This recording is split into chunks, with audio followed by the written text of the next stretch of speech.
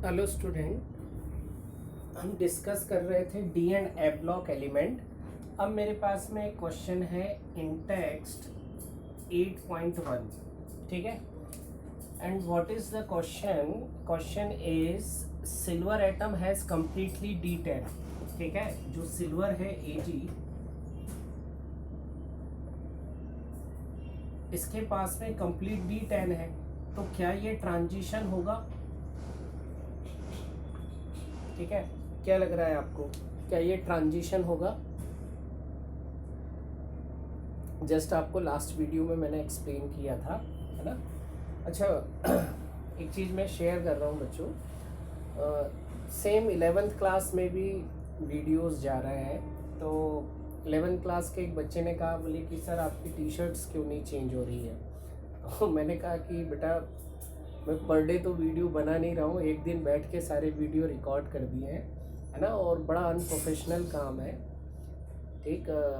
जो least resolution होता है उस रिजोल्यूशन पे हम वीडियो रिकॉर्ड कर रहे हैं, ताकि आप कम एमबी में वीडियो को देख पाए, है ना। तो मेन चीज़ के ऊपर आप फोकस करो, है ना। बाकी की चीज़ें रहने दो, हालांकि बहुत हेक्टिक हो रहा है ना। प्रॉपर अलाइनमेंट वगैरह करना और ये सब कई बार सेट नहीं हो पाता है, कई बार ब्लूटूथ लिंक नहीं होता है, कई बार कुछ दिक्कत आ जाती है ना। हाँ, तो मैंने आपको क्या बताया था, जिनके पास में D10 है वो ट्रांजिशन होंगे क्या? नहीं होंगे। लेकिन मैंने आपको क्लियर लिख दिया था, जिंक, कैडमियम एंड मर्क्यूरी, ठीक है। आप 11th को भी रिकॉल करो, मैं आपसे बोलता था कि बेटा मैं जो भी चीज़ बता रहा हूँ बोर्ड पे वर्थलेस, ठीक है। मतलब आप ये मान के चलो कि दे आर वेरी प्रीसियस। अगर ये मैंने ऐसा का ऐसा यहीं पे ड्रॉ किया था, मतलब इसके पीछे लॉजिक था। ये 3 एलिमेंट ट्रांजिशन नहीं है, बाकी सिल्वर तो है। अब सिल्वर जो है वो कॉपर जैसा है, ठीक है। कॉपर, सिल्वर, गोल्ड, ये एक के नीचे एक तीनों एलिमेंट हमको देखने को मिलते हैं। तो जैसे कॉपर में +1 +2 होता है, वैसे सिल्वर में +1 +2 होता है। तो इसकी एक्साइटेड स्टेट में तो ये अनपेयर्ड इलेक्ट्रॉन रखेगा। तो हम क्या कहेंगे कि आर्गन में भले ही D10 है, लेकिन इसकी जो +2 ऑक्सीडेशन स्टेट है उसमें ये अनपेयर इलेक्ट्रॉन रखता है, और अनपेयर इलेक्ट्रॉन रखता है, that means it considered as transition. ये 3 है जो ट्रांजिशन नहीं है, बाकी के लगभग सारे एलिमेंट आपके क्या हैं, ट्रांजिशन एलिमेंट हैं, ठीक है। अच्छा, मैंने आपको पी ब्लॉक के कुछ क्वेश्चन दिए थे, उनका PDF आप सेंड करोगे, ठीक है। जब आप सेंड करोगे तो कन्फ्यूगरेशन से रिलेटेड एक छोटी सी ट्रिक है, जिनके आंसर आएंगे उन बच्चों के पास में एक्सक्लूसिव वो ट्रिक मैं शेयर कर दूंगा, है ना। और जो अच्छे बच्चे हैं उनको ट्रिक की ज़रूरत ही नहीं है ना। लेकिन फिर भी आप उसको कंसिडर करोगे तो आप थोड़ा सा स्पीड में लिख पाओगे कन्फ्यूगरेशन को। पर ये सिर्फ उनको मिलेगा जिनका प्रॉपर PDF व्यवस्थित तरीके से मेरे पास में आ जाएगा, बाकी को नहीं मिलेगा, ठीक है।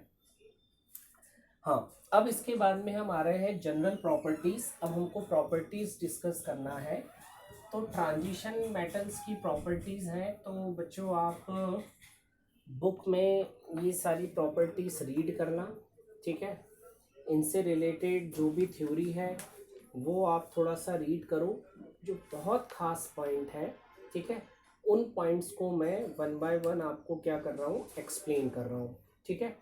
जैसे सबसे पहले तो आप चेक करना, जब आप प्रॉपर्टीज में पढ़ोगे तो आपको एक पॉइंट मिलेगा, मेल्टिंग पॉइंट, ठीक है। तो अगर आप सोडियम और आयरन को कंपेयर करो, दैट मीन्स S ब्लॉक और D ब्लॉक को कंपेयर करो, तो ये सारी मेटल्स क्या थी, सॉफ्ट थी, और ये सारी मेटल कैसी हैं, हार्ड हैं। तो क्वेश्चन ये बनता है कि इनके मेल्टिंग पॉइंट्स हाई क्यों होते हैं, ठीक है, एज कंपेरेटिवली एस ब्लॉक। तो इस चैप्टर में कोई भी क्वेश्चन आए, ठीक है, आपका एक डिफॉल्ट आंसर तो क्या होगा, due to presence of unpaired electron in D orbital, ठीक है, ये तो आपका एक डिफ़ॉल्ट आंसर है ही है। अब इसका हम एक लॉजिक समझते हैं। चूँकि डी ब्लॉक के मेंबर्स के आउटर शेल में अनपेयर्ड इलेक्ट्रॉन है, जिससे आयरन और आयरन के बीच में स्ट्रॉन्ग क्या बन जाएंगे, मेटेलिक बॉन्ड बन जाएंगे। ठीक है, क्या बन जाएंगे, स्ट्रॉन्ग मेटेलिक बॉन्ड बन जाएंगे। और जब स्ट्रॉन्ग मेटेलिक बॉन्ड होंगे तो इन बॉन्ड को तोड़ने में आपको ज़्यादा टेम्परेचर लगेगा, तो मेल्टिंग पॉइंट्स क्या होंगे, आपके बढ़ जाएंगे। ठीक है, फिर आप बुक में देखोगे तो आपको एक ट्रेंड मिलेगा। ट्रेंड क्या है, इस तरह से, स्कैंडियम, टाइटेनियम, क्रोमियम, ठीक है, फिर आपका मैग्नीज। अब इसको समझना, जब आप स्कैंडियम का कन्फिग्रेशन लिखोगे तो D1, titanium D2, chromium D4 हो जाएगा। तो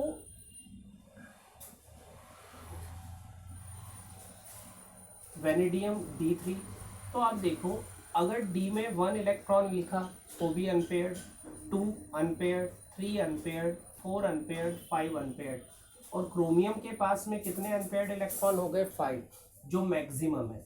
तो जितने ज़्यादा अनपेयर्ड इलेक्ट्रॉन उतने ज़्यादा क्या बनेंगे, आपके मेटेलिक बॉन्ड बनेंगे। फिर मैग्नीज के लिए एक्सेप्शनली कम होता है और फिर धीरे धीरे लोअर होना शुरू हो जाता है, क्योंकि आयरन में देखो 1 इलेक्ट्रॉन एक्स्ट्रा आया तो आपके अनपेयर्ड इलेक्ट्रॉन 4 ही बचे, फिर एक और इलेक्ट्रॉन आएगा तो अनपेयर्ड इलेक्ट्रॉन 3 ही बचे।